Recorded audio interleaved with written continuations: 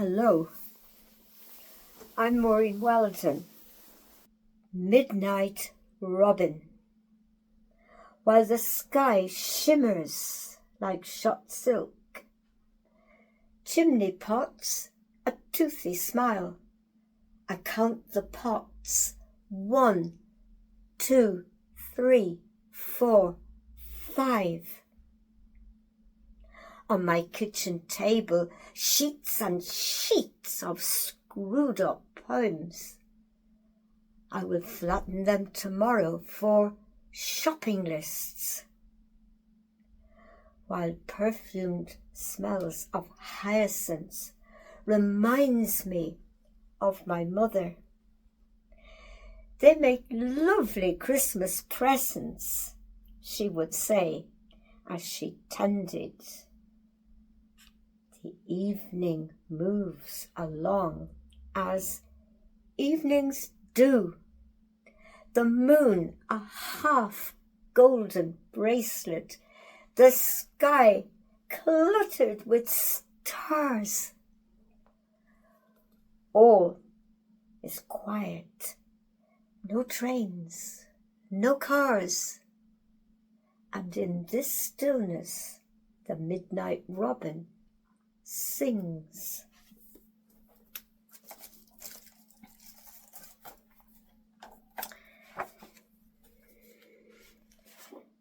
Well,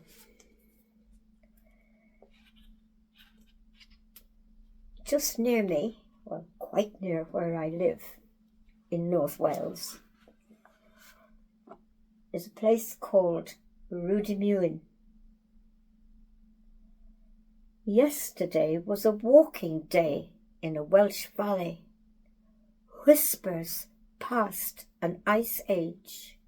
We wandered to the wetland where teasel flowers live, nesting boxes for sand martins, big sandy cylinders on poles, a sort of porch, an extension on the edge. Yesterday was a walking day in the Welsh Valley. In World War II, mustard gas was made bombs. The secret work to split the atom. Hush, hush! Bats live there now, in the high tower laboratory. Yesterday was a walking day in that Welsh valley. It was autumn, being so old yet young. The sun dipped and dyed colours on the trees. Wind made a slight rustle around a sleeping ash. Yes, the trees remember.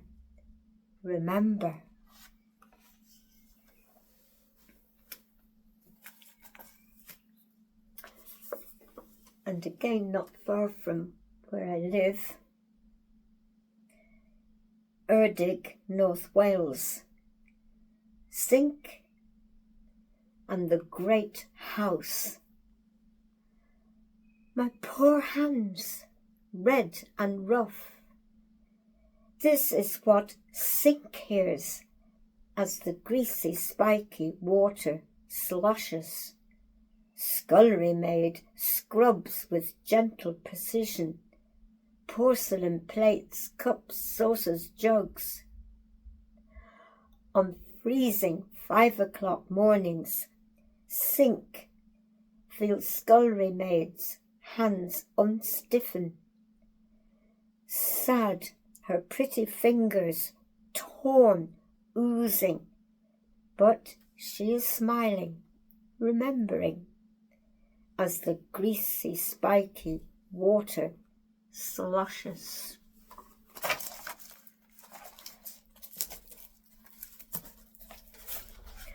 And our planet, our beautiful planet, what are we doing to it?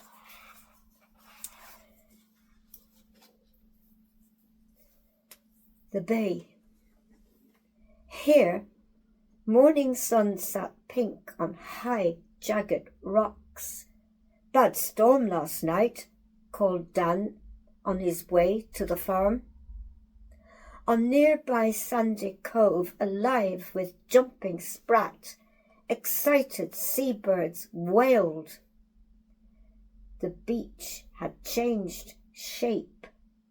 Along the shore, sucked in, sucked out, seaweed, jellyfish, blue-green glass globes. We were not allowed to swim when the sea was rough. As Sean dived into the water, "Oh, look, look," he shouted, "a porpoise!" I shook my head. My dad says there won't be any such creatures, not even a fish, if we keep pumping the ocean with poison. "Don't be so morbid," shouted Blanche. "Race you to the caves."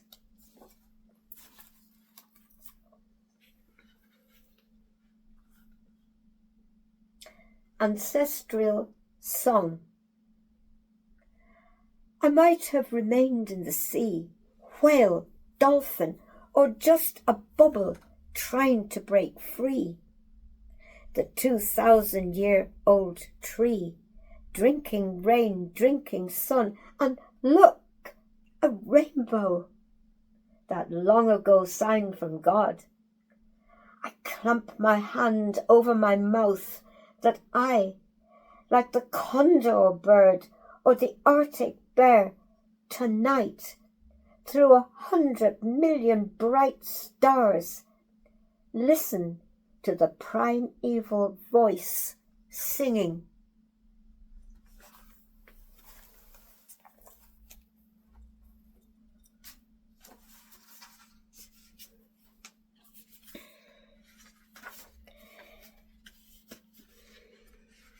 Tanka, written for my mother. 2 apple trees. Paint them, she said. I look at them now, framed in silver. It is all I have left.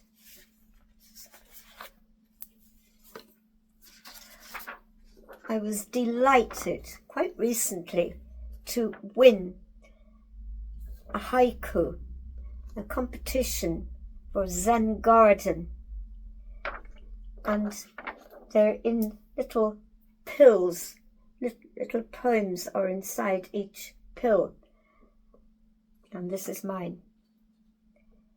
Tying a ribbon on a branch, we pray for peace. Thank you. Hello, I'm Paul Beech, the clock. He's here with me now, my kid bro from the south, a brilliant inventor, patents registered, top prizes won, until stricken with early dementia. We're in North Wales, not far from the sea, at a fabrics and haberdashery store, sitting outside whiling away the hour. Despite his mind's slow waning, he's fascinated still by devices. 11:45, not long to go. I take him in, and climbing the stairs, point out the cast iron weights on wires. Already we hear the tick, tick, tick of Ratchet and Powell. Reaching the fabrics hall, we turn, and there, on the wall above the staircase, in all its brassy glory, sits the clock, green bob pendulum, swinging. Gingham, velvet, polycotton, women sneak curious glances in our direction, quickly turning aside. 12 times the bell rings out to the rafters.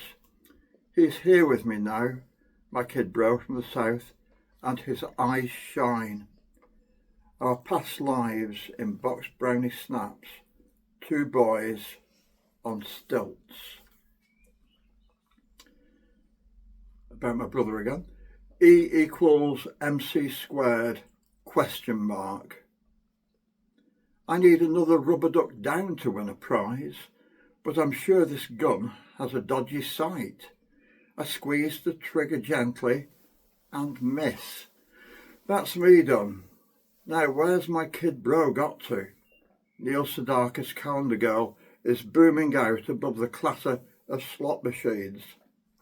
Ah, there he is, working his system. He pulls the one-armed bandit's one arm, wins another jackpot and scoops up his cash.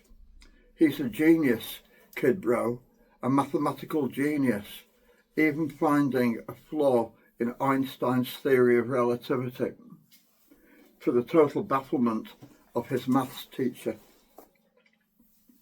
Ricky Nelson is singing Hello Mary Lou as we exit the amusements arcade. Myself broke, kid bro, clinking coppers and silver. He buys me an ice cream. Long years on, a care hope. Vague recognition in his one good eye.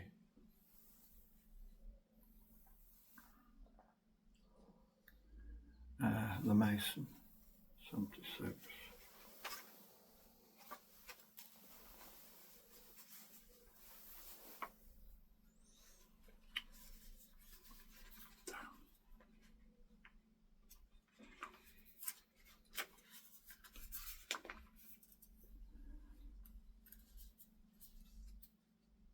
The Mason. Chippings fly from the chisel's point with every ringing stroke of the hammer. He's carving curbstones from granite down the quarry. Just 12 years old, a slim lad with blue eyes. His father has put him here to work long hours and hand over his pay. A skilled mason he is too, and a jolly good job, as the foreman is not above raising a stick. The year is 1905. Calloused hands, no pot of porter his reward. Time has flown and the mason now sports a ginger tash. It's 1916 and the Battle of the Somme rages in France. He serving as a bombardier with the Royal Garrison Artillery. The mason shares a dugout with a Birmingham boy. They exchange rations, strike matches to burn off lice from each other's uniform, play poker, tell of their sweethearts back home. Soon now, letters written, a good dram or two warming their bellies, 0 hour signalled by a shrill whistle blown, they'll go over the top together. Tonight, though, the mason goes alone, stealthy in shadow. Below a wooden rise, he fires 2 rounds from his mortar. The Jerry machine gunners, having claimed many a Tommy's life, will claim no more. Medals agleam in the risen sun, we salute.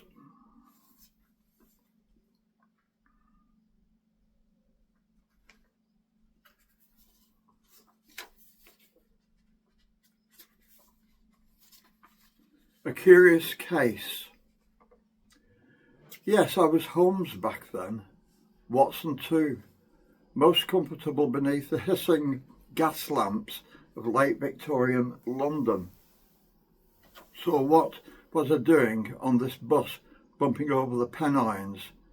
There was a girl, of course, and why not? I was a good-looking lad with a Billy Fury quiff. Fran, that was her name, a leggy blonde. We'd met at a seaside holiday camp, and now, 3 weeks later, I was approaching her front door. My knock was answered by her mum, a scrawny woman with venomous eyes. She waved me into a stone-cold parlour, and moments later I was joined by the girl herself. Fran was looking decidedly shamefaced. "I'm sorry," she said, raising her left hand. "So sorry." A diamond ring sparkled. She was engaged. The following afternoon, Fran's fiancé rang me at home, his furious tirade ended with a click. He'd hung up before I had a chance to speak. A long sigh, then I was back beneath the hissing gas lamps of late Victorian London. I was Holmes again, Watson too. The jazz club, cool poses struck in a 60s snap.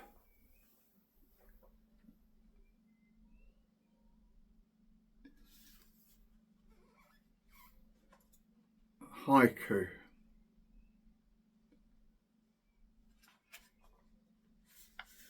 I'm going to read a number of haiku on the subject of homelessness. Sleet, a dark form in the shadows, she coughs again.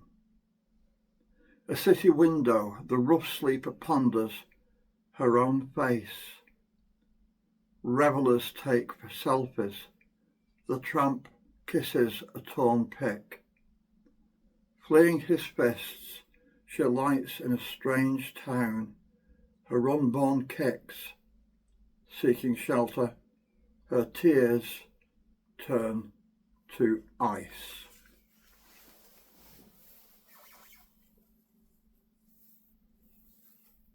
Hello, my name's Kath Davies and I'm a poet and writer from North Wales. In space and time, there exists our coordinate. My heart starts at that spot, the bending of gravity towards you, the flow of time suspended. Relativity is the universe matching your position to mine. The odds are phenomenal. I watch the stars and wonder how it happened. And the second poem is called Angel.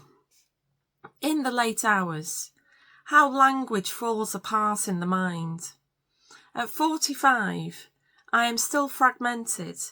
History instructs, but does not repeat, like people say. An angel is clarity. Dreaming, I sleepwalk with the world into a changed future. Everywhere, dark forces march. It seems no one saw the angel place a feather like a kiss over torn lives. But no matter, I ask her to sing to me, so that I may raise my head above demons, catch with my hands the falling lies thrown at us all. But the personal is political. Only in the late hours do I feel yesterday's world vanish. As dark forces march, I can still hear her singing. Each note tells us to face the pain, not harden it into prejudice. My second collection is Essential Worker, Poems of 2020, and I'm going to read a poem. The first poem is a nursery rhyme. Freedom in the water, freedom in the sea, freedom in the brightest sky. 1, 2, 3. Slogans on the billboards, slogans on our lips. All stay in, go out, stay in. 4, 5, 6. Rainbows in the sunshine, rainbows in the rain. Rainbows at the hospital. 7, 8, 9.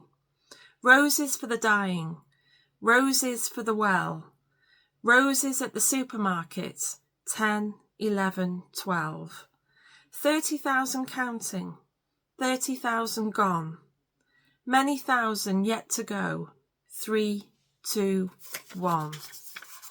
And I have a second poem from this collection. It's a love poem called Mr. Whiskers. The nagging itch of cabin fever. How the clock slows to the beat of social distancing. I kind of like our lockdown style. Shirt out, hair unkempt, unravelling. Even in these times, love creeps in. I have named you Mr. Whiskers, each kiss, everything. Next, I have a collaboration with myself and a Chester-based poet and writer, Lisa Rossetti, The Spaces Between Us, which is our collection of poems written during the pandemic. And my first poem is called Emergency on Planet Earth. I watched you leave, walk through the fire. I was still with you, but never so far apart as when we walked our different ways. You emerged, burned.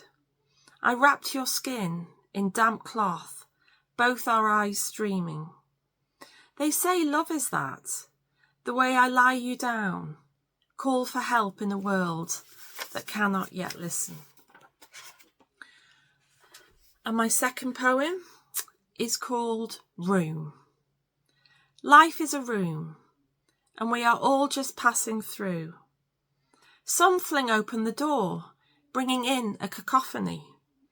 Others creep about, not wishing to be seen. Still others paint the walls red, or leave a smashed window. However you live, it matters that you were there. Everybody files out eventually, through the same door, and to the other side, and whatever surrounds that one room. And then next, our next book we published is another collaboration between me and Lisa on the theme of Poems for the Planet, and we called it Wildfire, and this is the lovely cover.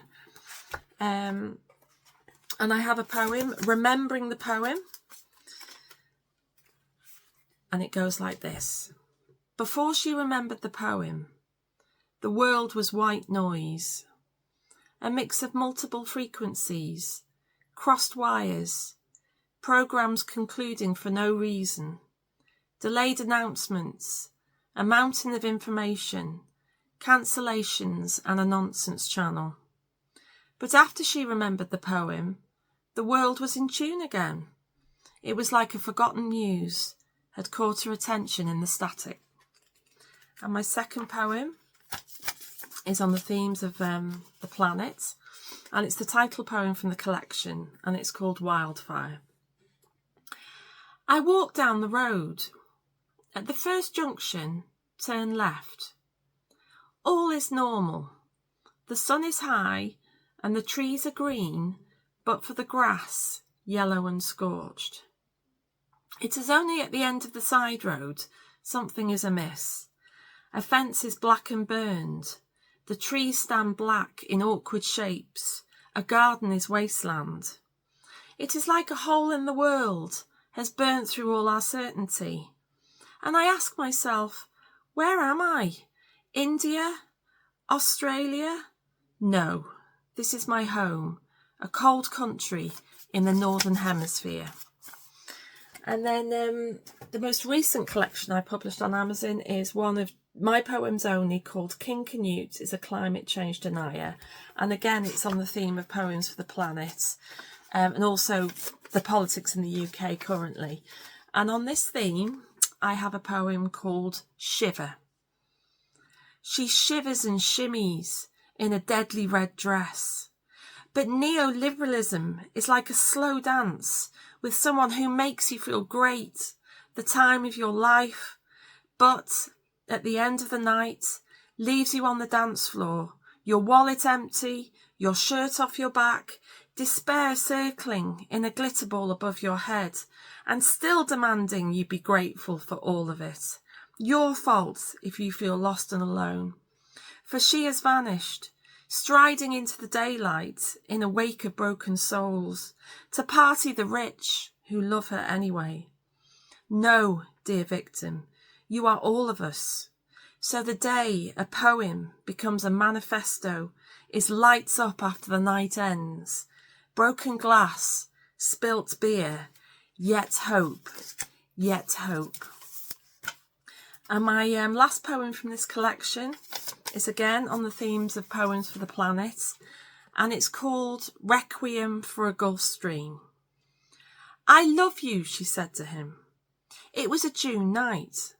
The winter had been normal, and the clock ticked through 1998. Each season then happened in turn, and 26 years passed, with warm summers and cold winters gradually jumbling towards this.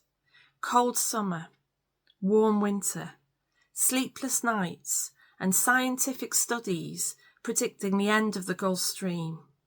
I love you, she still says to him. And finally, I have a poem I very sadly lost my mum before Christmas, and I've been writing a lot of poems in her memory and expressing my feelings. And this final poem is a poem called The Birds Outside the Window. Today, in January, there are birds in the trees outside my dad's window. He's noticed them. Are they blackbirds or ravens, he asks. I lean over, see 5 or 6 beautiful birds nestling there in the trees. We were not taught this at school, but we think they are ravens. In the next room, Mum's clothes, scarves and shoes lie untouched for days. We watch a raven spread its wings and fly away. There is one less now. Hello, I'm Rosa Mack, born and raised in Germany. Letter to an unknown friend. As I sit watching the news, I choke and the tears start rolling. Hot, stinging tears that had been building for days. There is a pain in my chest, restricting my breathing. It's heartache. Heartache for my fellow humans, my brothers and sisters in Ukraine. Platforms crowded with evacuees, pushing onto the train, departing on a journey to wherever safety may be. Husbands and fathers waving goodbye, showing resolve with tears in their eyes. My house is ready and waiting for you. I want to give shelter and food and warmth, the least I can do to keep you from harm. My door is open, UK borders are not. There have been some changes, but not enough. So we keep pushing to let you in, hoping one day humanity will win.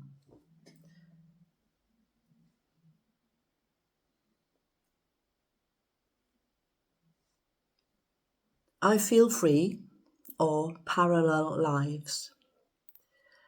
Late March morning, mist on the grass, breath just visible but quickly dissipated by the sun. I feel its warmth on my face, look up to the sky, I feel free. Sights and sounds of awakening all around. Cars rushing on the A road, rubbish collectors clonking bins, squirrel thieving an apple core from the lawn, bees buzzing, butterflies fluttering, and joyous birdsong, I feel free. Meanwhile, Natalia is listening to the siren's wail. She'll soon be rushing to her underground jail, crammed full of people, young and old, frightened and anxious, hungry and cold.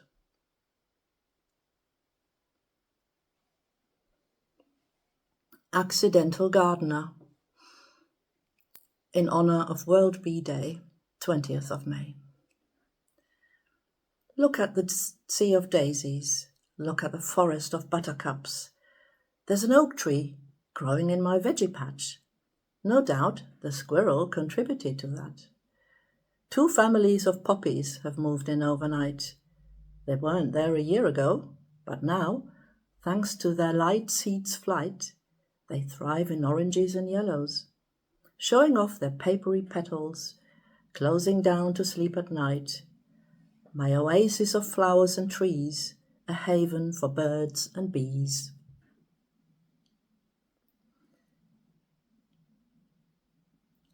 Life's a bench.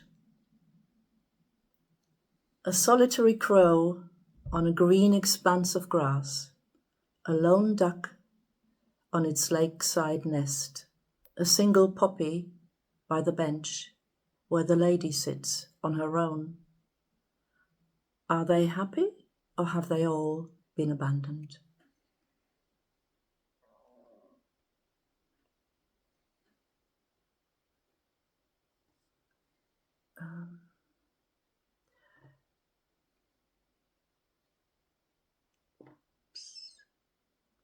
More rhyme than reason.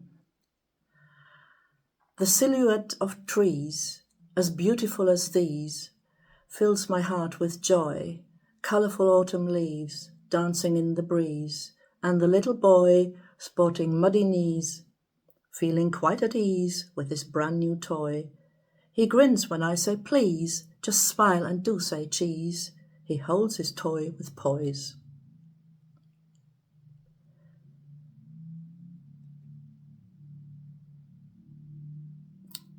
Skyscape. Late Wednesday winter walk.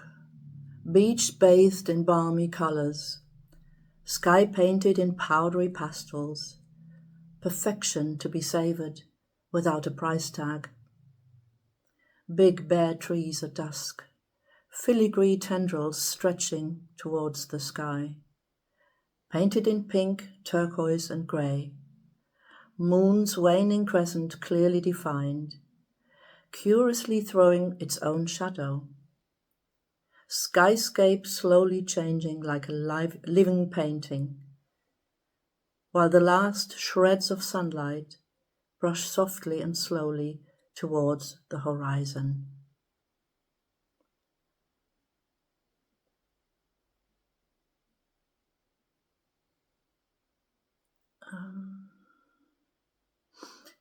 Absurd. There is a word, and that's absurd. I'm sure you've heard the word absurd.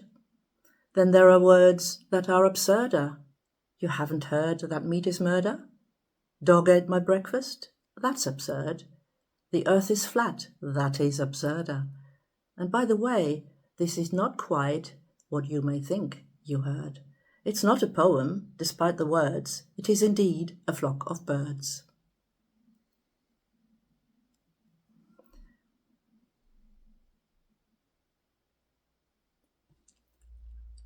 If paradise existed. If paradise existed, this might be it. Leaves of date palms swaying in the warm breeze, recurring sound of the ocean's waves, snippets of conversations, the soundtrack of my here and now. The sea is wilder further out. The beach just gets a gentle breeze. 100 million diamonds dancing on the water. White horses in the distance, rearing up with pride. But I'm alone with all this beauty. How nice if I could share with someone this perfection.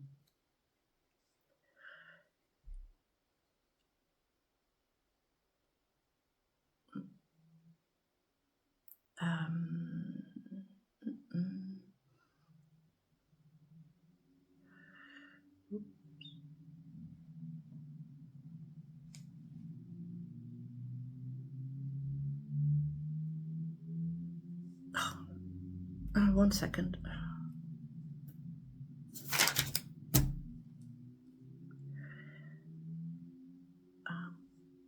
Coming.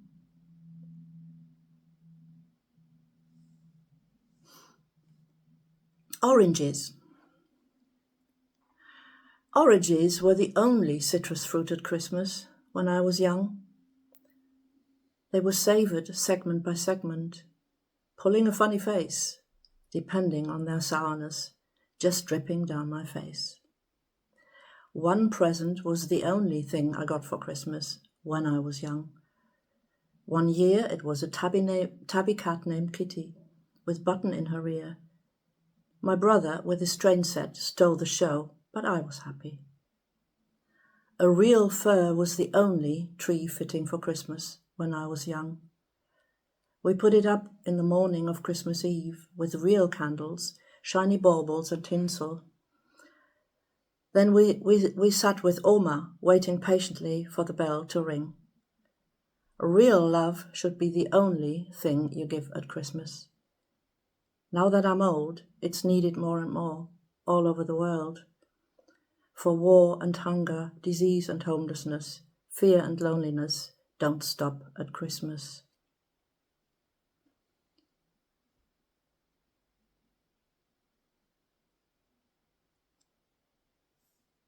Right.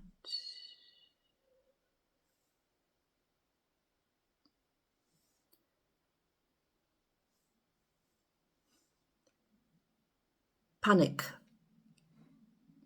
I don't easily panic, maybe because I'm Germanic, although if on the Titanic, in order to go transatlantic, and the ocean floor was volcanic, and the waves were gigantic, and there wasn't a proper mechanic, I might even go quite manic. However, my garden's organic, the pigeons, bless them, somatic. The views are so panoramic, birds' flight is aerodynamic. I used to be quite acrobatic, I'm never really phlegmatic. What's that loud noise in the attic? I'm not a ghost fanatic, but now I'm starting to panic. Dobry den, Kyiv. Dobry den, Ukraine. Ways of Seeing Trees. In memory, John Berger. The tongue is the spine's first leaf, you wrote. And if that's true, which it must be, for whenever I repeat your words to myself, I grow taller, taste sap. Then grief, that sour clench in my stomach at the news of your stilled voice, is a burl in my torso, a barked knot of injured grain that warps the birthing ring of this new year. But worked by careful hand, may convert a canker into re-enchanted earth, and left to age, give courage girth. I know that Ukrainians are among the most courageous people on the planet right now, as you are defending your homeland from this illegal full-scale invasion. You're experiencing many losses that I can't begin to comprehend the extent and devastation of under bombardment and frontline warfare that you are. I am just going to read a short poem in grief for a friend of mine. I'm hoping it might touch that universal experience of loss. Vernal Equinox, in memory, Fionn Brady. Boxer and dancer, he battled through the winter to give this bright green globe one last tender spin. Then, as sun met moon in perfect balance, closed his eyes. Too soon, too soon. Miles north in a lambing field, a woman sobs down the phone, remembering his kindness. He was kind and frisky, and a stunning dancer. Tango, salsa, jive. When Fionn Brady took a lady on his arms, the whole world leapt alive. Now he's gone. The winds blow sharp. Flowers shiver. His loss, wrong-footed spring.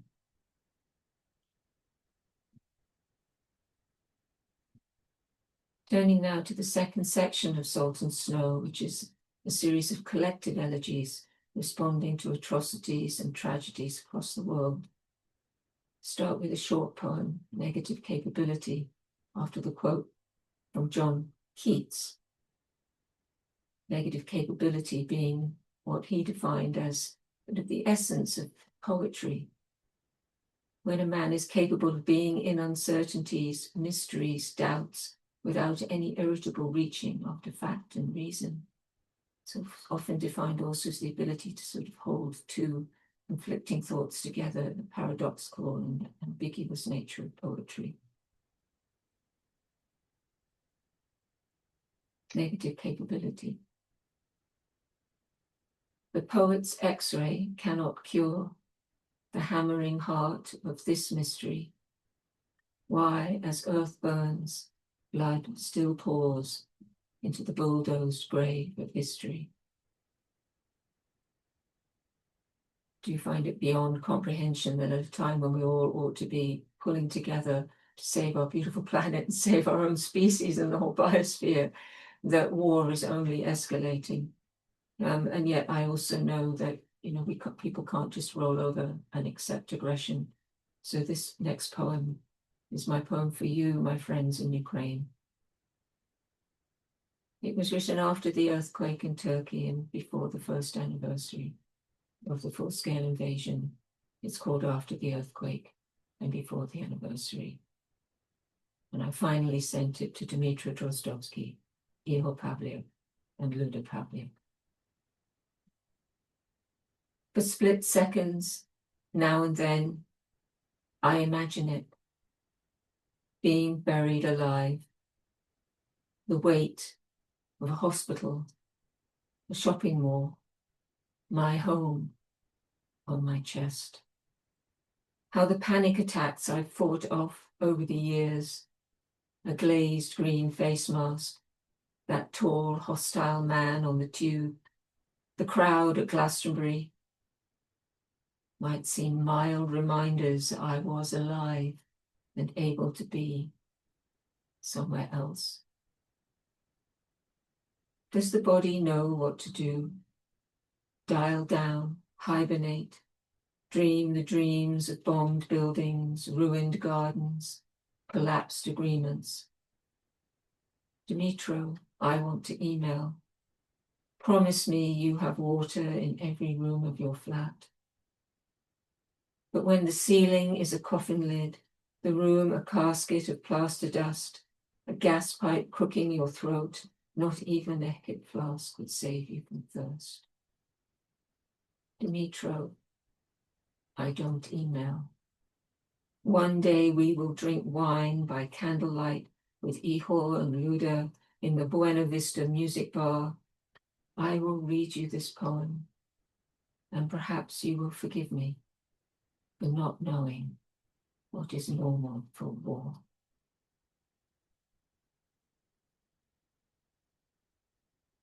So since 2010, I've been very involved in trying to protest and campaign for peace, in a just peace in Israel and Palestine, for Palestinian liberation, for Palestinian human rights, including the right of return, for the right of everyone in that region to live in safety, to coexist.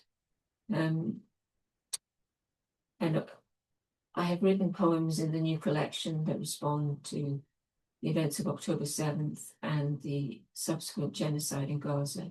But these are by no means the first poems I've written about Palestine and Israel.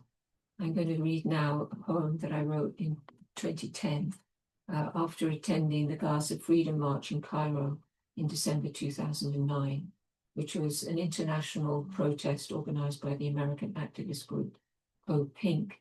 1,400 people arrived in Cairo with the intention of going to Gaza, but we were prevented from doing that by the Egyptian government, the Mubarak government at the time.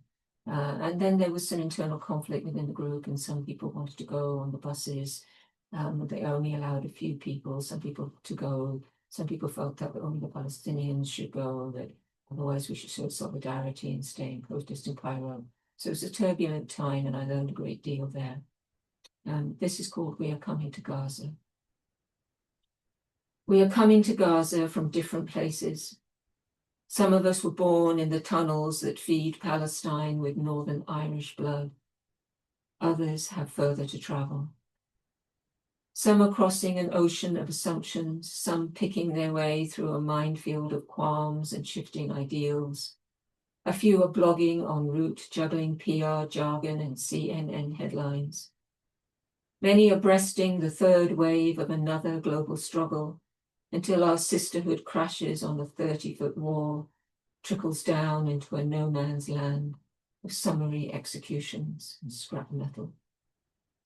Forsaking the thin air of neutrality, cresting the moguls of 4 languages, a team of young idealists slaloms down the mountains of Geneva.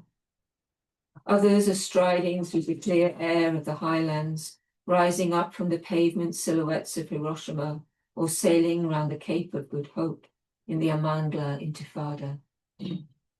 Above us, a man is airlifting his wounded buddies from the rice paddies of Nam. In front of us, an 85-year-old woman is carrying the hunger of Auschwitz in her belly.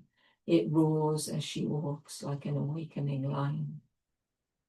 And when we are stopped in a blaring Kyrene square, kettled by squads of baby-faced riot police. Some of us dance hand in hand to the husky music of a rabbi's voice, the gusty lungfuls of a stomach Steinway from Vermont, the gift of a German fiddle donated by the toe-tapping folk of East Sussex.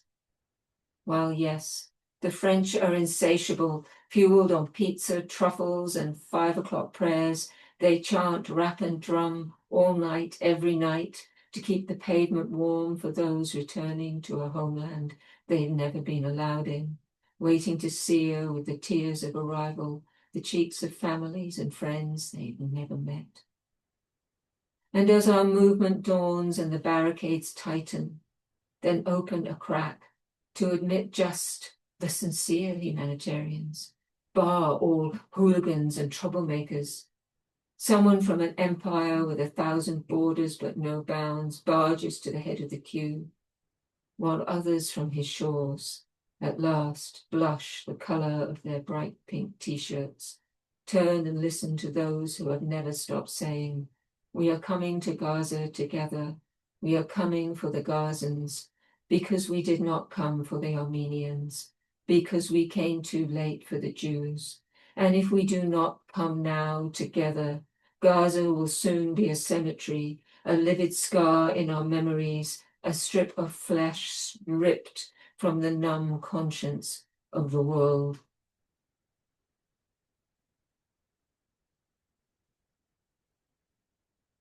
We're trying to come for you, Gaza. We're still trying to come for you, Gaza.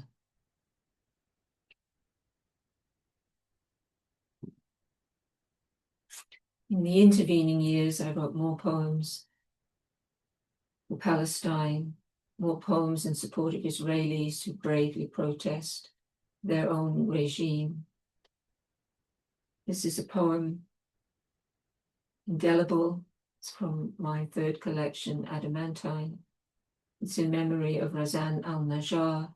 She was the young paramedic who was killed on June 1st, 2018, in the Great March of Return, the peaceful protests on the border, organized on Fridays in Gaza, demanding their human right to return to their homeland. Indelible, in memory, Razan al-Najjar. Her mother clutches the evidence, a white coat no longer white, but rust red, blotched, like the hide of a gazelle, discarded by drunken poachers after slaughtering the herd. As cameras circle, news feeds buzz, this woman's grief points like a finger to a truth beyond proof. Its red crescent still just visible. This vest is mercy's banner, sunset stained.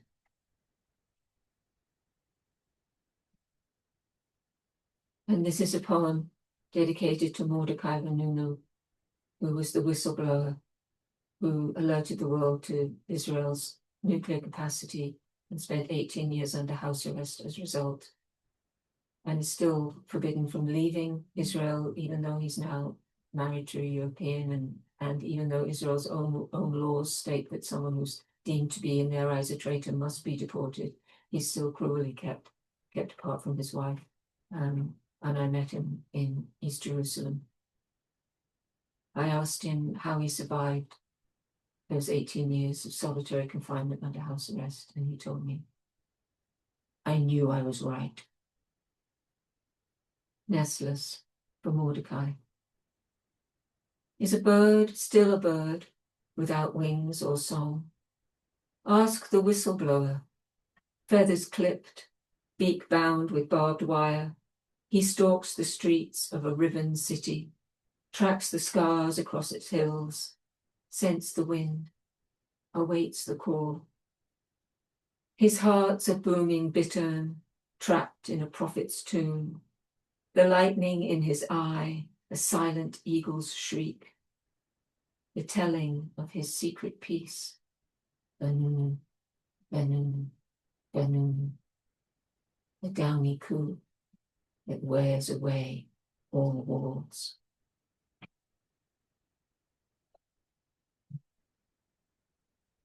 I believe that humanity will prevail. And I also believe that we must live humanely, or we're living a living death. So these poems, next three poems that I've written since October 7th, they're dedicated to everyone who is speaking for peace, everyone who is bridge building, everyone who is trying to escape from cycles of violence. I'm a Quaker, brought up a Quaker, I hold to Quaker values. And Quakers, when you talk to Quakers about war, they say that the way to end war is to start by ending war within you. And that's something that I feel myself that I really only, like everyone, only just trying to do. It's very hard. It's very hard to overcome feelings of anger, feelings of desire for revenge. But we really must walk that path. We must try and walk that path together. And see the humanity of all of us, not monsterize other people, and push for diplomacy. I believe, as well as, I do understand there's just wars, and I believe that Ukraine is involved in a just war, but I also believe that ultimately there's going to have to be real diplomacy and backed up by strength, obviously, and that takes a courage of its own as well. Supernova, in memory Shani Luke, and for Gaza. Shani Luke was one of the first named victims of the Hamas atrocities on October 7th. On a road leading out of the festival, a soldier found the shard of a skull, a fragment of the petrous part of the temporal bone that once sheltered the carotid artery, acoustic labyrinth, and dreams of a birthday girl peacenik.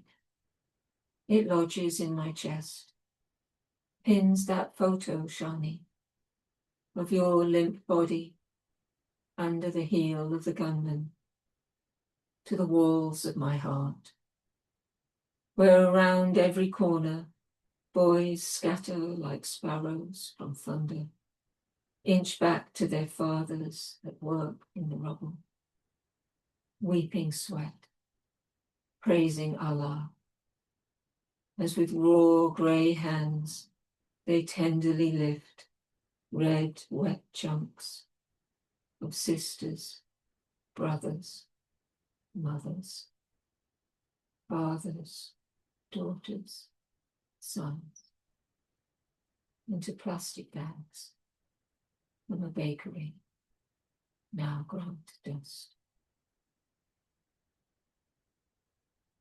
Striver, in memory Mujahid. I tried to find out Mujahid's last name, but I wasn't able to find that out.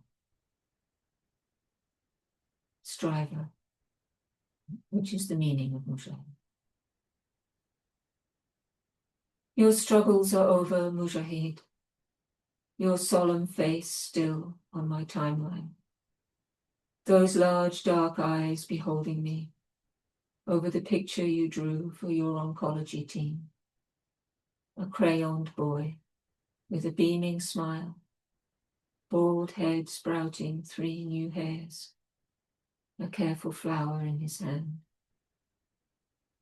In that other photo your doctor posted, I don't know which in the row of 8 white shrouded corpses is yours. I was grateful too to be cured of cancer, though the glow has worn off. If I must live, I will try to live with my failures, Maureen, and up to your dreams.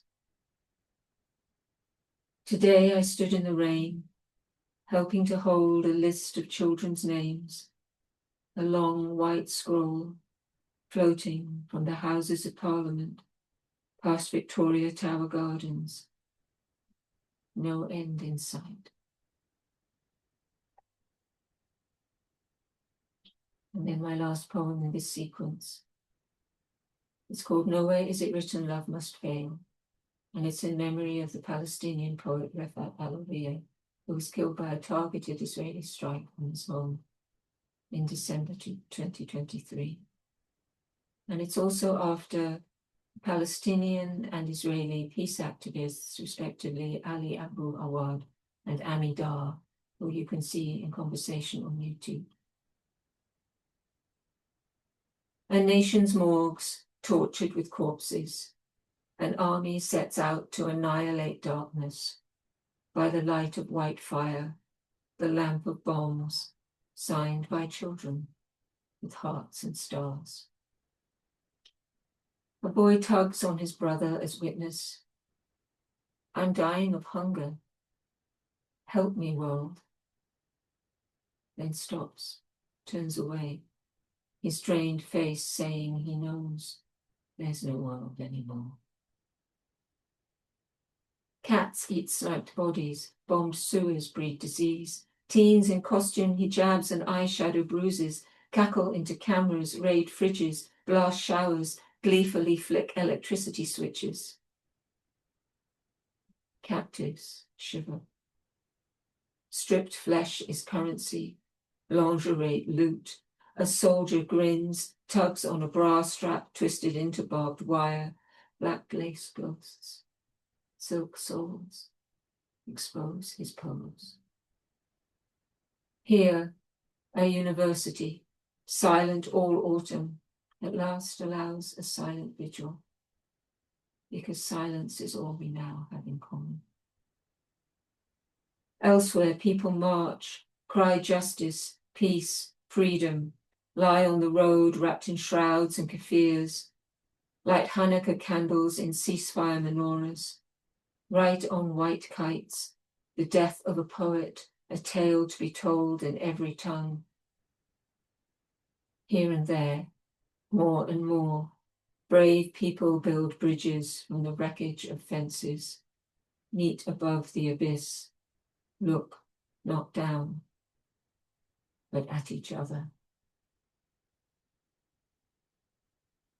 And I'd just like to finish with a poem about a peace process that actually did bear fruit, and that's the peace process in Northern Ireland.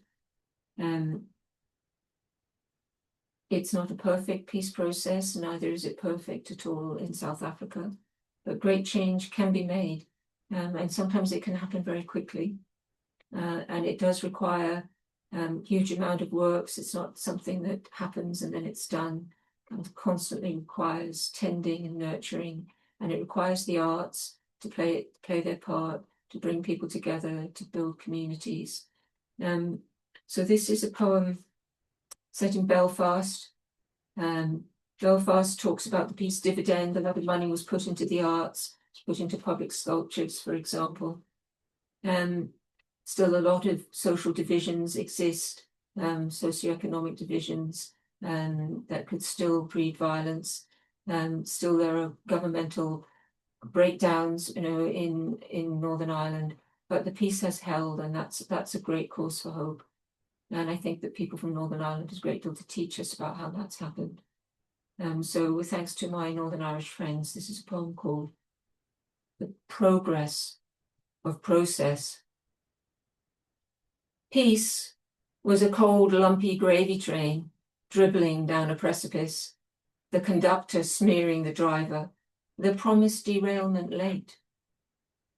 Peace was a decommissioned knuckle duster, kneading the city like soda bread dough, splitting it into 6 quarters, each studded with its own shiny tour bus. Peace was gastropubs in disused banks, pink Union Jacks at Belfast Pride, a George Best memorial in Portavogie. Hurricane Higgins mourned in Andersonstown. Spinning between vandals and murals, the coin of peace was public art. The balls on the falls, the thing with the ring. Taxis parked on roundabouts, so wee girls could break their heels snapping midnight photos of topiary bees. Peace was a wishbone, not yet picked clean, spread-eagled round a harbour that had launched another unsinkable dream. Peace was the iceberg that keyed the Titanic, towed back to the shipyard to melt. Peace was cheap red and blue paint, tinged orange and green by the rain. Peace was dividends and diffidence, reconciliation and recession, burned out Filipinos 2 doors down.